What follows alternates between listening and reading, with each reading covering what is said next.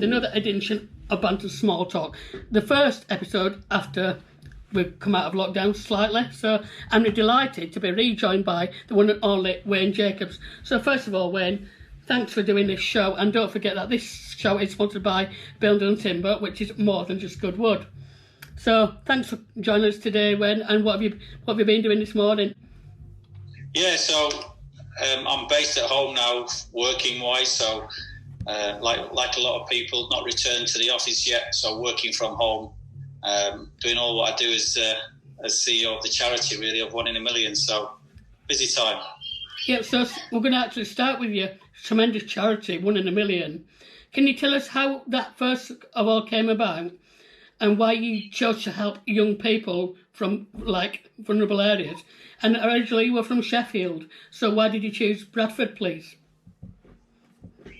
Yeah, so it came about, really. I mean, a lot of people who'll be listening to this or might see this will know through my playing days at Bradford that I have a Christian faith, and 1 in a Million came about when I was praying one night, actually, into certain situations in my life, and not praying about starting a charity or working with young people, but I just felt that phrase 1 in a Million come into my heart and started to pray on it, and obviously that's where the first seeds of it came from. And then during the time of it being, like, if you like, planted in my heart to do, I met a businessman called Matthew Band who was interested in doing something very similar. So we eventually looked at how the charity might work and co-founded it from there. In terms of young people, children and young people, obviously, again, that was it through what I felt in prayer life, really. But also, obviously, I'd come from a background where parents had divorced, etc., and had to, not nowhere near the levels of what some of our young people sadly are having to live through. But I knew a little bit of that background myself. But again, I have to reiterate that it was more through what I felt God placed on my heart to do than my direction. But of course, while you're playing as well, you get asked to do representations for the club that you're playing for, and obviously 11 years at Bradford, I'd been around the city, been into schools, been into different places to do assemblies and appearances for the club. And I guess it was also that you go into those places and they would say, just because you play football, you've got an open door to speak to the young people, and they listen and they're interested. So again, it worked well from that point of view. Why Bradford, not Sheffield? As I've mentioned there, 11 years playing for the club. I was single when I joined, met my wife, and I was living in South Yorkshire, but it was such that we'd been accepted, and the warmth really of the people, that when we got married, we chose to buy our marital home up here. And again, through my faith, I guess, really, Nick, that I felt it right that the area and district that was supporting me and my family, in terms of not just paying a salary, but the warmth, the support I got from the fans, it was, in my way, that way to give back was to come to the area, spend our finances in the area, go to the restaurants, go to the shops, and live life, cinema, etc., and live life in the district and give back, really, in a small way. So that was the heart behind coming to Bradford, and then obviously establishing ourselves with a young family. They was at school. It was always going to be, I always felt in my heart to stay at Bradford. So the charity obviously was always going to be in Bradford. Yep, and can I ask how things are currently going during this, obviously, this COVID pandemic? Obviously, things have slightly got better. We're allowed out again. Have you got any plans for anything in the near future, or how are things currently going, and what are you hoping for in the near future? Yeah, so obviously, like for all, and as an organisation, at the charity, it was a huge change. March, all the centres that we used to engage children and young people closed. They're mostly local authority and some schools that we use. They all closed, and so the work that we were doing just turned off like a tap. But one thing that we knew we wanted to do was support vulnerable people, and we usually do that, as we've said, through children and young people that are at a disadvantage or live in disadvantaged communities. Well, we knew that there was going to be more people vulnerable at this time, so we quickly made the decision that we would ask some of our funders and our insurance if we could redeploy staff to just support vulnerable people at this time. We got the green light for that, and so made contact locally with people making decisions on what the district's response was going to be, and just offered ourselves to play our part in what that was going to be. So we redeployed some staff into that action, and sadly we had to furlough some staff as well, but we kept the majority of our staff working and going at that time and at this time. So the furlough obviously is called the job retention scheme, and that's where we are, and fully hoping and fully pushing forward that we can keep everybody on that in employment, really. So started to unfurlough some part-time now as things are slowly starting to open up. And I guess it's our heart. It's going to be difficult in some sense that the way we work, obviously through youth clubs, etc., those things are slowly going to be opening up, not as quick as some things. So we're still in a different way of working. We're still supporting in different ways. But what would be one in a million is normal. I'm not sure when that will be fully back. But into what a lot of people are doing, virtual engagement. We've been supporting with activity packs, resources for those activity packs, detached youth work, obviously supporting the vulnerable. So during this COVID period, we've shopped, we've done all kinds of things like that, preventing calls, and we have been the organisation that's coordinated the volunteer response in Bradford South. So plenty. The team have done great, and they've really worked hard. So that's brilliant. Yeah, because obviously I wish you good luck for the future.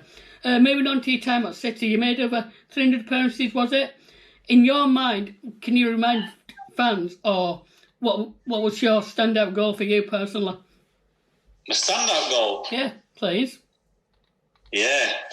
Well, I've said it before, Nick, when I've been asked this question, and I always say it like this, that goals, obviously, as a defender, I didn't score, hundreds of them, obviously, and I didn't score that many. I think for Bradford, it was about 14, I think, 12 or 14. And they're a bit like my children, really. They're different, but I enjoy them. So there's a few that stick out. Obviously, the year we got back into what is the Championship now after promotion at Wembley. I think I scored at Port Vale a free that we enjoyed as a team, because I think it was our first away goal as well. Yeah. Then there was the overhead kick in front of the Cop. Well, as a left back, to score an overhead kick in front of the Cop against Preston in the fog in the FA Cup, that was a great feeling. And then I guess a personal one for me is the last goal at Valley Parade in the Premier League for Bradford City, where I dinked Mark Schwarzer against Middlesbrough. And obviously I'd played with Mark as well at Bradford, so it was nice in both. It was nice for two reasons, but it's a nice personal touch that I got to score on Valley Parade in the Premier League, and nice for me. And it ended up being the last Bradford City goal on there by a Bradford City player. So those three I enjoy, and then there's one in the promotion season from the Championship against Bristol away, where the keeper makes a bit of a mess of it. He's out of his goal, and I lob him. So I enjoyed that one as well. Yeah, I But, can but Nick, I'm a fullback. I enjoy all my goals. They don't come that often. No, I can remember the one against Preston, I think I might have been there. Yeah. Keeping on your career, going back to obviously before you scored, how did your signing actually come about for City? How did you first learn about interest, and did you definitely want to join the Bantams? So actually, most people may know or not. I'm not sure about this. I have told the story. I actually, people think that I came from Rotherham and just signed for Bradford. Well, I did come from Rotherham, but I didn't actually have a definite from Bradford. I came on trial. And the reason I left Rotherham, I'd been there for 1 year only. I came back from a really severe injury at Rotherham United. But they didn't keep a promise to me. So on principle, I left, which at that time of my career, after being out the game previous for a few months, but I just felt it was right to do. I felt that they didn't honour something they said to me. And I didn't have a club to go to.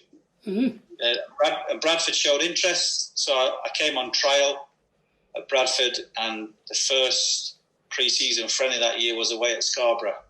I played that game, and then the then chairman Jeffrey Richmond spoke with my agent, and I signed after that game. So I was on trial actually. I came on trial. All right. On a free transfer. You told us about your favourite goal. What would you say your favourite moment was then? Would it be one of the playoff wins? So your very favourite goal, your favourite moment, even if you didn't score yourself? Yeah, well, if I can align it like I did the goals, it's like having children, isn't it? That you've got a few that, you love them all. So moments that are special for me, Nick, in terms of playing wise for the club. Blackpool away was such a great feeling when we won over there after losing 2-0 at home and being honest, not performing at home. A lot of people thought that tie was over. So when we went to Blackpool and won 3-0, that was incredible. Wonderful memories. Then obviously as a young man back then and growing up, always wanted to have played at Wembley. So to play at Wembley in the playoff final was very special. And I remember it fondly, and I remember fondly a magnificent gentleman called Brian Edwards, who's sadly no longer with us, but I remember him passing on his experience of playing at Wembley to us. He was the kit man at the time, and he gave some great advice, and it always sticks in my mind. So it always reminds me, beautiful to have played there, but it always reminds me of Brian, who was a lovely man. So, and then you can't forget QPR, last game of the season to stay up in the Championship. That was a great occasion. And then on to the magnificent day at Wolves that got us to the Premier League. That was another fabulous occasion. Liverpool staying up. I was only subbed for that game actually, but came on for the last 20 minutes or so. And obviously to win 1-0 and to keep the club in the Premier League. And then again, a personal little favourite. It's a personal thing, so I appreciate it's not for everybody, but real honour to represent the club in Europe, even though it was through the means it was, and to be captain of the very first time we played. So, again, in modern day, that's, for me, all very special times. And then there were lots of individual times, Nick, but they're the major ones. There were lots of times where, it was always special to play. It was just fantastic. So lots of great moments, but they're highlights of a fantastic time. Yeah, I can still remember the Liverpool game, although I couldn't get there because I won't mention where I worked then. But cut long story short, I was looking forward to the game. I'd asked my boss if I could go like weeks ahead. He said to me, "Of course you can go." It got to like 7 days before the match. He said, I've got some bad news for you. And I wasn't allowed to go to the match anymore. No. So I said to him, "Well, look, the story." Did he support East Pudsey? I don't know. Anyway, I said the story closed. So thankfully, I listened to the commentary on my phone on radio, and I went absolutely crazy. Well, that would be. Well, it depends who were doing the commentary. I can't remember now. I think it was the Pulse. All right. Who was your best teammate then at Bradford? Well, again, I'm privileged to play through some different eras, being at a football club for 11 years, Nick. So I've always felt it's not fair singling people out, obviously, but the dressing rooms over the different times that I was there, we had some real characters and some that I won't get to mention but I enjoyed my time, enjoyed all the dressing rooms. I guess the ones that I've obviously stuck close to and with for different reasons, obviously Stuart, Darren Moore, Peter Beagrie. That 99 team had a real special bond, but I still Lee Duxbury from the 96. I talk to Lee now and again. And then whenever I see anybody from that era, Big Gavin Oliver, when I first come to the club, I know Big Gav. So there's some real people, but the ones I've stayed in regular contact with, I guess, is more from the 99 team. Your Jamie Lawrence's, your Darren Moore's, your Stuart McCall's. Just fabulous time in the club's history and in our own personal lives, really. Yep, and obviously depending on what happens in the future, and hopefully things will keep going in the direction. How do you think City can get on next season? Do you think we can get promoted under Stuart McCall? And in your eyes, what area would you look to recruit in? Because obviously it looks like there's going to be an official start date soon. Yeah, some good questions. Too good for me at the moment because I've not. I'll explain why. But can we get promoted under Stuart McCall? Of course we can. I mean, we'll not get into his second period here as a manager. He deserved it there, and I think he would have done that if outside forces hadn't have been at play. And that's what we'll round up on that one with Nick. But yes, of course he can. But again, like any person, it's down to what resources he's got, and that's the bit where it's difficult because I'm not sure. I don't think the club have come out and said too much. I think we're still in the league, as I understand it, is still in talks around the wages and a cap, and is he one, is he not one, and all of that. So I think it's difficult to say because we don't know the playing squad.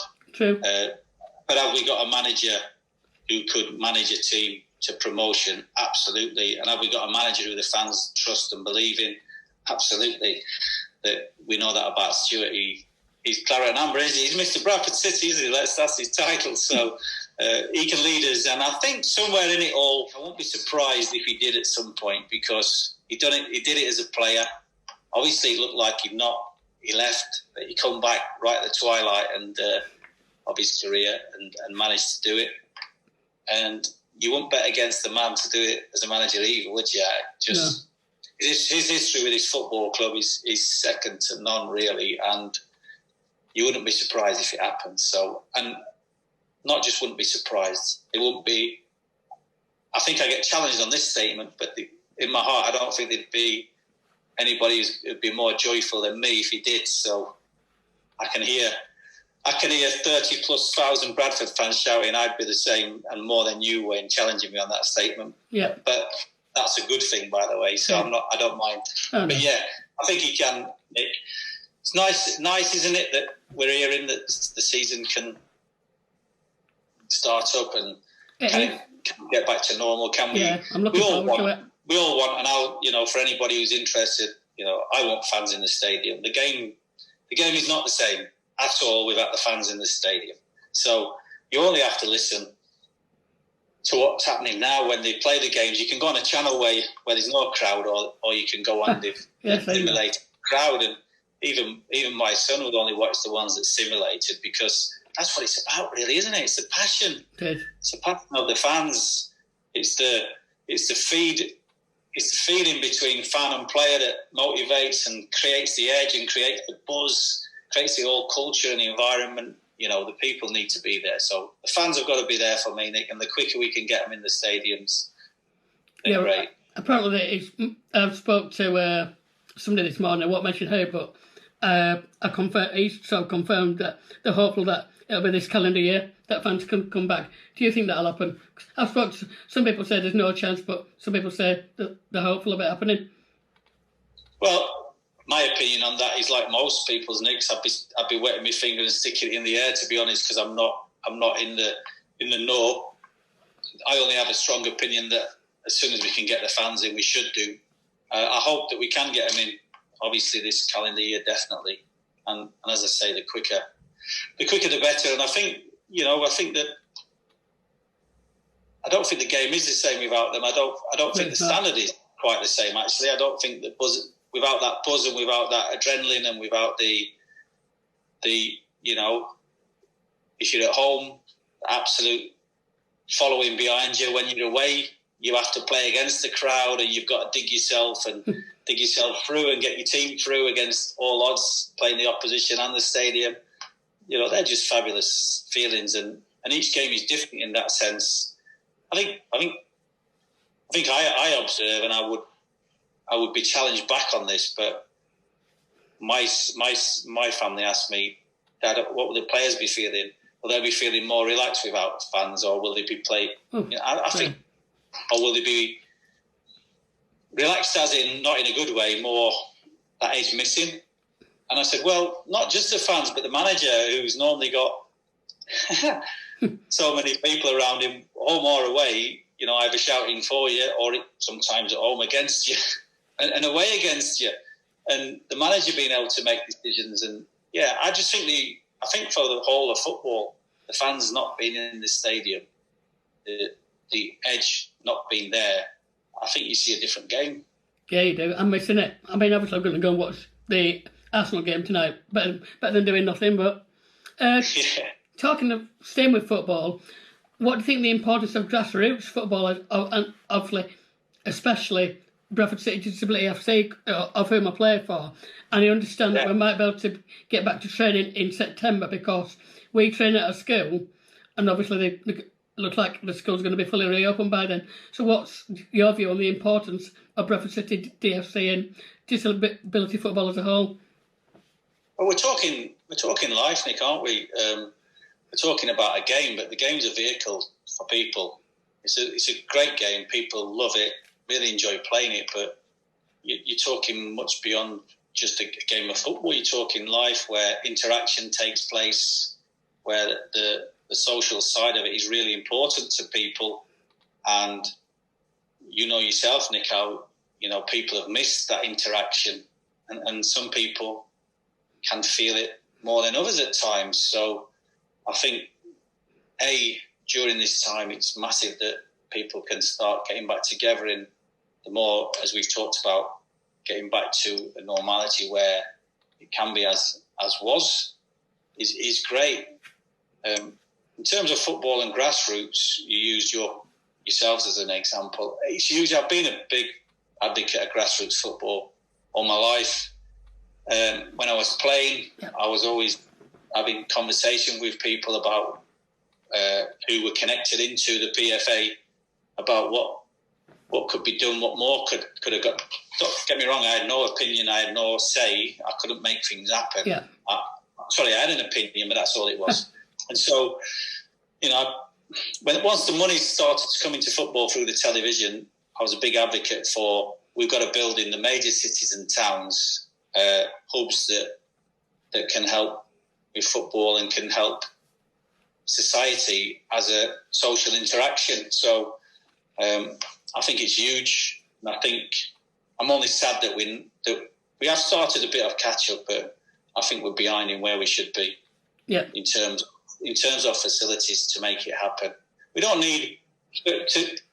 We've all done it. We've all played. We've played on pitches and parks that are all over the place, wonky and not straight. And I've done that myself as a young person, and it's just fabulous, isn't it? The game's fabulous. Even on that, you can. But I think that we came to a place where we could have improved it and improved facilities a lot quicker, a lot faster than what we have done.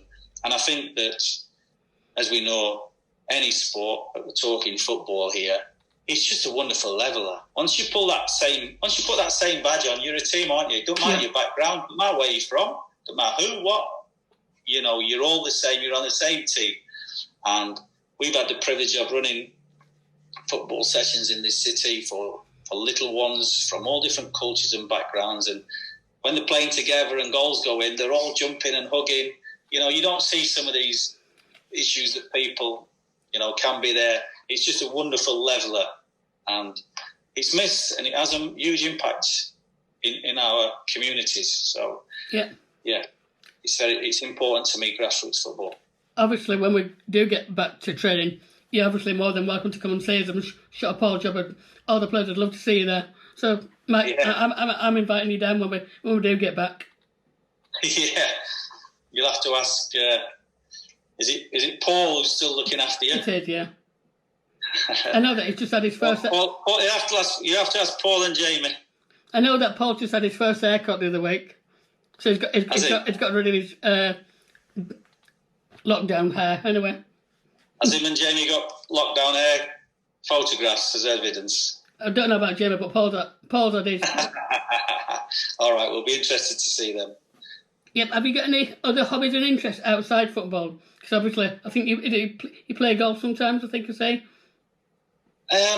Well, you've probably connected me with golf, rightly so, because the charity has golf days. But actually, I probably gave up playing golf over a decade ago, longer, 2 decades ago. I did play.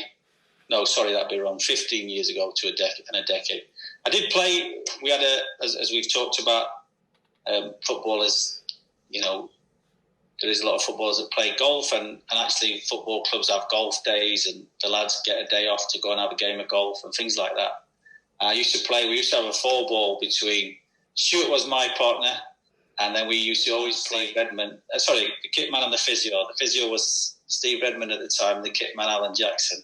So that was our little 4-ball, Nick. We used to enjoy it. We always went out last because we let the better players go on up there. Yeah. We had a bit of banter and obviously just enjoyed the day. So it's not really a hobby as such. That golf, what I like to do, very simplistic really in those terms. Football is still a part of my life. I still like to watch football, and obviously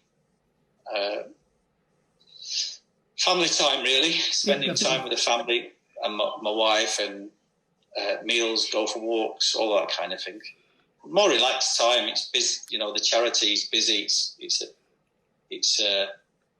been a huge shift for me, coming from being physically active to obviously, you know, playing every day, to being in an office or at a desk. So if I can get out and get some fresh air, I like to do that. Yeah, you're right. Now, I haven't really got any more questions for you, but I want to give you the opportunity to perhaps mention anybody, give a special message to City fans, or a thank you message to anyone, or anything that you want to promote yourself. So this is your time to, first of all, a special message for the City fans. Well, first of all, Nick, thank you for having me on today. It's been enjoyable speaking to you, and thank you for having me on here. For the City fans, I don't know if I could quite put into words my feelings. Listen, I moved. I appreciate the city and the district and the people of the district, and especially, obviously, those that support the football club. They're the connection that brought me to this district, the connection that's made me and my wife move up, and over the last 20 years invest our family time into the city. Our children have been brought up here, and that's testament just to how we were received and welcomed. So I get emotional actually, because I don't know how do you quite put that into words. I just hope, we touched on it earlier in the conversation, I just hope with everything in me that under Stuart we have success, because that would be the icing on the cake to watch him take us to success. And I guess I am one of the fans I'm talking about there, so for me that'd be special.